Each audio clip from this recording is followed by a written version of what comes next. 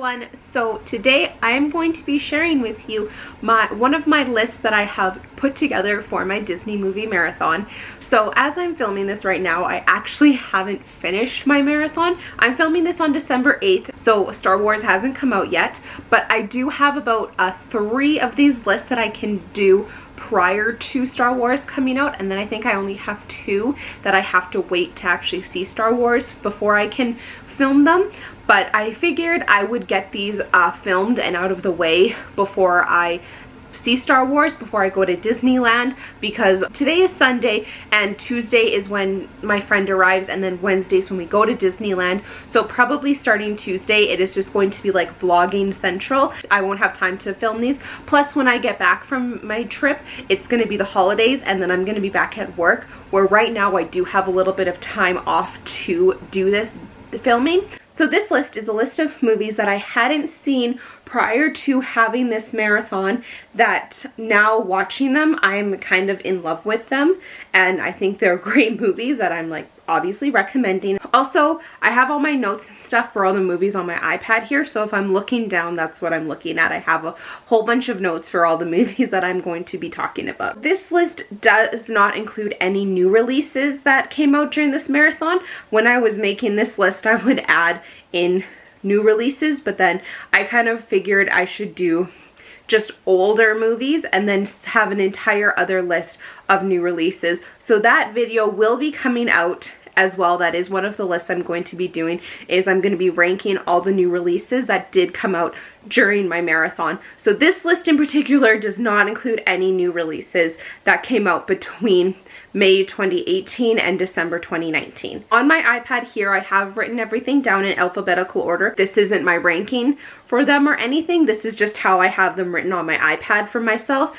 So this first one obviously isn't like the best or the worst one. It's the letter A. So the first movie that I just watched and was like, this movie is great, was Angels in the Outfield. It's a sports movie about a baseball team, the Anaheim Angels, and it's just mostly about this young boy. Well, it's actually, there's kind of 2 stories going on. It's about the young boy who's living in a foster home and he has kind of like a really absent father, and then it's also about the new coach of the Angels team who's just hating life right now because the Angels suck.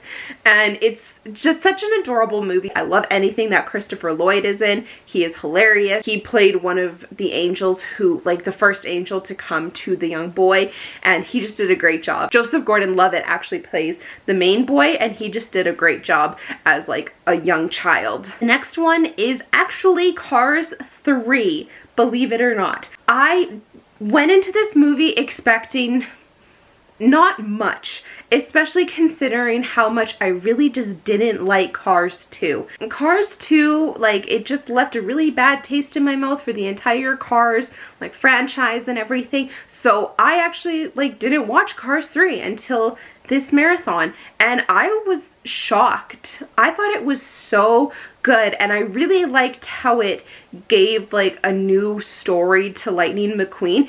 Also, I really enjoyed the fact that there was very minimal Mater in this movie, because Mater was like the comic relief of the first one, and then he was basically the major character in the second one, and maybe that's why I didn't like the second one very much. It just like showed this whole new side of McQueen. He matured a lot in it and just kind of grew and accepted he's getting older. He's not always going to be a crazy fast race car driver anymore, and I just really liked how they kind of like summed up the story in the same way that like the Toy Stories all like came together. So I really liked that, and I really hope they just leave it like that. I really don't think it needs any more. I really didn't think they needed the second one at all. I would have been totally happy if they made 1 and 3 and just cut 2 out of the equation. I just had to add Cars 3 into this list because I seriously was shocked by how much I really enjoyed it after how much I really did not like Cars 2. Next I have Cool Runnings. So this is the movie about the Jamaican bobsled team that come to Calgary for the '88 Olympics. So first of all, this movie was just freaking hilarious. There's the one scene I specifically remember where they get a whole bunch of people together to try to join the bobsled team. There's like 20 people in this room, and they put on this video all about bobsled, and it just kind of shows how dangerous bobsledding can be. And as soon as the movie is over and they turn out all the lights, everyone is gone. I have to give props to the fact that it did take place in Calgary, which is where I'm from. There was just certain things in it that I was like, hey, I know what that is. For example, there's a part where John Candy says, do they still have that restaurant here that spins? Okay, meet me there in half an hour. So one, he's talking about the Calgary Tower, and two, you need reservations to eat there. There's no way you can be like, oh, meet me there in half an hour and we'll get a table and shoot the shit. No, that is a very fancy, expensive restaurant, in case you're wondering. You can't just go there willy-nilly like that. And the second thing that I specifically remember seeing was they went to Ranchman's, which is like a country club here in Calgary. This movie is so old. I wasn't even alive during the '88 Olympics, and Ranchman's is there, and Ranchman's is still there. Like, I could go drive past there right now. It won't be open because as I'm filming this, it's 3:30, so it won't be open, but I just loved the fact that it was there. People two-stepping and stuff. I was like, this is my jam. Next one is actually a series that I just recently watched during this marathon, and that is the new Ducktales series. So I actually have the pilot episode on DVD, which I think is called Ducktales Woohoo, and then I also have the first few episodes on a separate DVD, and it's Ducktales Destination Adventure. I was a little skeptical going into this because I am a huge fan of the original DuckTales series. The theme song is the best. There is no other theme song better than the DuckTales theme song. So I was a little skeptical going into it, but I think they did a really excellent job. I really liked what they did with the characters. I love David Tennant as Scrooge McDuck. I think he does a fantastic job. I like that they didn't change him. Like, I like that he's still Scottish. Like, he's Scrooge McDuck. He wears a kilt the entire time. He has to be Scottish. I like what they added to certain characters. Like, I really feel like they defined Huey, Dewey, and Louie. Like, in the original series, they were just kind of there. Like, I mean, they weren't there. They were obviously, like, huge characters, but they didn't have their own separate personalities, I felt. I specifically remember one episode of the original where one of them, I honestly can't remember off the top of my head, but one of the three of them is upset because no one can tell him apart from the rest of them, and he gets really upset and he just wants to be his own person. He doesn't want to be a triplet anymore. And that's really the only episode I feel where they kind of separate to find their own personalities. And in the new series, they definitely give each one their own personalities. I really like that they included Donald Duck a lot more. He's in it a lot more than he ever was in the original one, which is great because I'm a huge Donald Duck fan. Even breaking it down all the way back to the original amazing theme song, they didn't change it. It's still the same lyrics, it's just a new person singing it. They literally took the theme song to DuckTales and gave it a facelift. It's the exact same face, it's the exact same song, it's just modernized, and I love it. Just go onto YouTube and search DuckTales new series theme song and you'll be invested because just the theme song is incredible. The theme song alone got me hooked on the new series before I even watched it, and then watching it, I was just really impressed with it. So definitely check it out. It is on Disney Plus, and I really enjoyed it, and I hope you do too. Next on my list is the Escape to Witch Mountain franchise. I'm kind of cheating a little bit on this one because I did see Race to Witch Mountain many years ago in theaters with some of my friends when we were in like junior high or something, but I had never seen Escape or Return to Witch Mountain. I actually found myself really liking a lot of the like old classic movies, like the non-animated ones, and this one was just adorable. I loved it. I really liked the two kids in it. I really liked that it was the same two kids in the first one, the second one, and then they were also in Race to Witch Mountain. I thought that was freaking hilarious. And it was funny because there's a certain part in Race to Witch Mountain where I thought that the girl who plays Tia in the first two, she was like gonna betray them, but then she didn't, and I was like, you can't betray them, Tia. I really could have listed a lot of like the really old Disney films on this list, but I tried to just narrow it down to my favorite, and it was probably the Escape to Witch Mountain franchise. I just thought it was really fun, really well done. I just love the old classic films like this, like the terrible, terrible green screen. It's just so much fun, and I cannot wait to show these movies to my future kids one day, or even like my nephews and my niece, show it to them. I just think they're great and just so much fun. During this marathon, I actually found in stores the original Freaky Friday, the one where Jodie Foster plays the young daughter. This movie was hilarious. Dare I say it, I think I may have liked it better than the new one with Lindsay Lohan and Jamie Lee Curtis. Don't get me wrong, I still really like that one because I love Jamie Lee Curtis. This movie, again, it's just like old and classic, and you just can't beat it. It's just so funny, and just all these like old classic gags that they did in these old movies that are just hysterical, and I just loved it. My next one is another series and also another little bit of a cheat. It's a series, and I had seen like a few episodes prior to my marathon. I hadn't even seen half of this show, like probably less than a quarter of the episodes of this show. So for that reason, I am including it on this list of movies I hadn't seen prior to my marathon, and that is Gravity Falls. I thought this show was just incredible. It was so funny. There was probably a moment on every single episode that made me like burst into laughter. It was so funny. I relate to the character of Mabel in every single way. I loved her so much. We could be great friends. But not only is this show just like absolutely hilarious, there is a huge like plot and story that happens in the second season.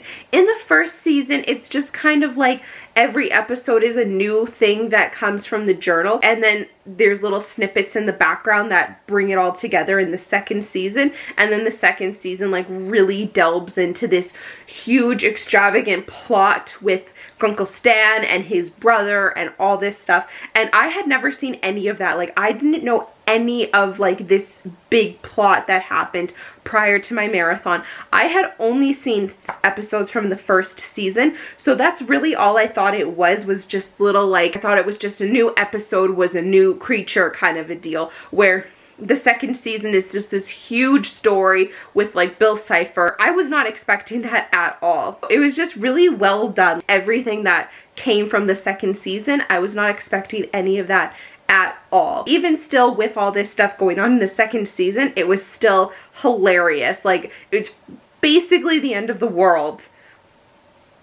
but you can't help yourself but laugh. Next I have the Muppets. So I hadn't seen any of like the Muppet movies prior to this marathon, with the exception of the Muppets Christmas Carol. So in this marathon, I watched the Muppets, the Muppet movie, Muppets Most Wanted, Muppets and the Great Caper, and Muppet Treasure Island. I think that's all the ones. And it is just my ridiculous type of humor, the same kind of humor that you'd find in like Gravity Falls. It's just absolutely silly, like just so silly and adorable, and I love it. One of my favorite parts is in Muppets Most Wanted. They meet this one character, and his business card says Bad Guy. Like, his last name is B-A-D-G-U-Y. They're like, oh, Bad Guy? And he's like, oh, it's French and it's Badgie. And they're all like, oh, okay. The Muppets is just absolute pure silliness. And I think I said this in my video where my friend and I filmed and did Disney song trivia.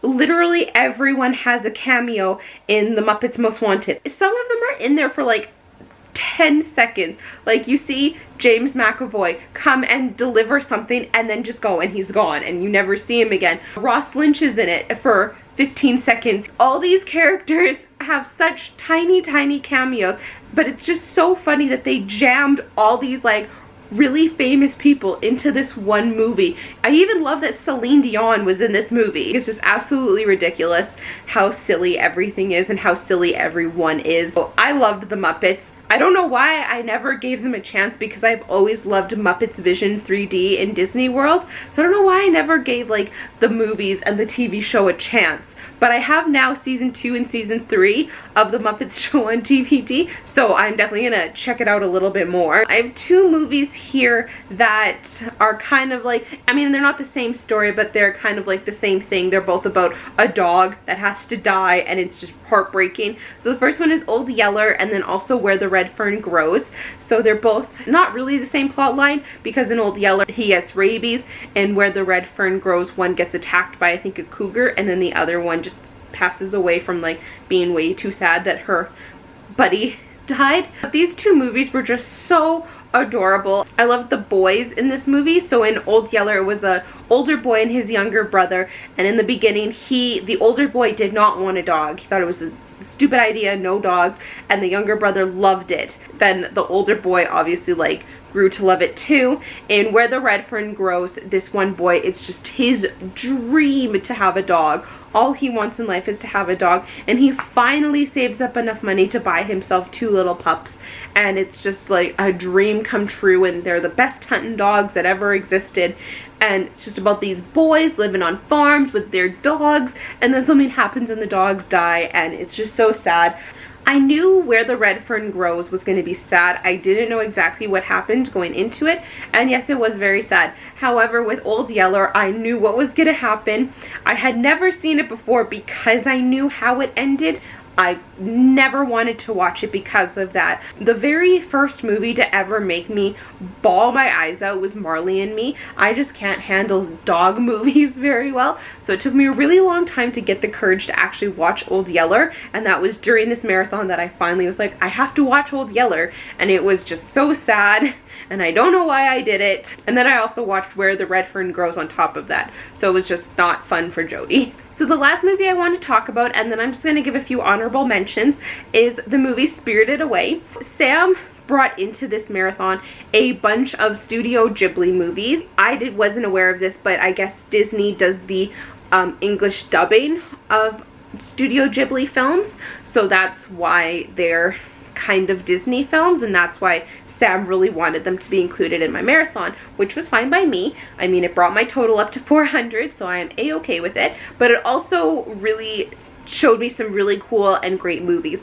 I also really enjoyed Howl's Moving Castle, which just almost made this list, but I decided to put Spirited Away instead. All these movies are absolutely beautiful. They are so well animated. Yes, they are all a little weird, but they all have like really funny moments too. They all have great characters. I really enjoyed Howl's Moving Castle. I thought that one was very humorous as well. Calcifer, for example, is probably just like the most hilarious character out of all of them. Spirited Away had to get my vote because it's just beautiful. I really love the story of just this young girl like learning to be brave. Like at the beginning of the movie, she was just very timid and very scared and was mad that they had to move away, and then by the end of the movie she was more okay with it and understanding and just happier and braver, able to be and do things on her own and stand up for herself.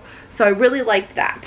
So that is my full list of movies that I watched for the first time during this marathon that I had no idea were so good. I'm gonna say some of my honorable mentions now, and the only reason that these are honorable mentions and not really like a part of the list is because some of them I just didn't super pay attention to. Lots of the times when I was watching a movie, I would be doing other things. There were periods of time where I wasn't 100% focused on the movie. All of these movies I do want to give like another chance to and really like sit down and watch the whole thing from beginning to end without getting up and not pressing pause. What I have watched of these movies, they're all really great. Even from the moments that I did see, there was moments that made me laugh, there was moments that made me like just happy, and so these are my honorable mentions. I have The Absent-Minded Professor, The Apple Dumpling Gang, Darby O'Gill and the Little People, Flight of the Navigator, Newsies,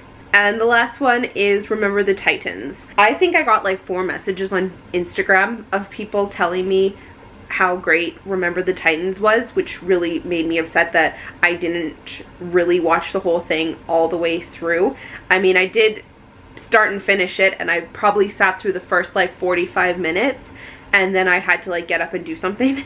So I did miss a little bit of it, but it was still, what I saw was like really well done. I'm not a big sports movie fan, and so what I saw I was really impressed by, and I do want to give it like another chance, especially like that one. Thanks for watching this video. That is my first of my few like lists to just wrap up and end my Disney movie marathon. So stay tuned for those, and I will talk to you guys later. Bye everybody.